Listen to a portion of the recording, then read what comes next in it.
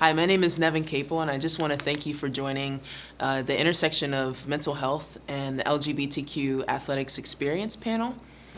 Eric, as a former college football player at Nebraska in the early to mid-2000s to now in 2017, we see that there's kind of been a shift in some of the challenges that we dealt with when we were in college to today's student athlete.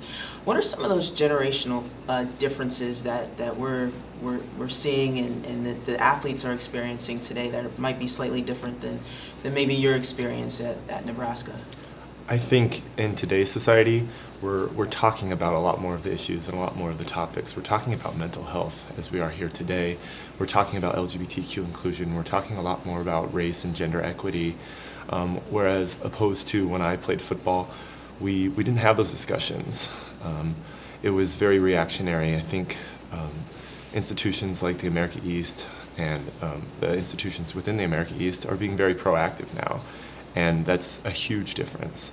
And that's very beneficial to the young up-and-coming student athletes, to the coaches, and to those who look up to the role models in the athletics department, to the student athletes and whatnot, these young youth that want to be these student athletes someday.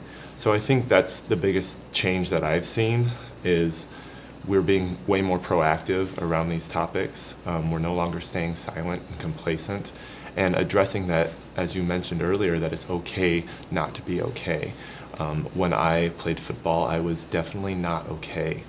I struggled heavily with mental health, depression, and before, in high school, suicide.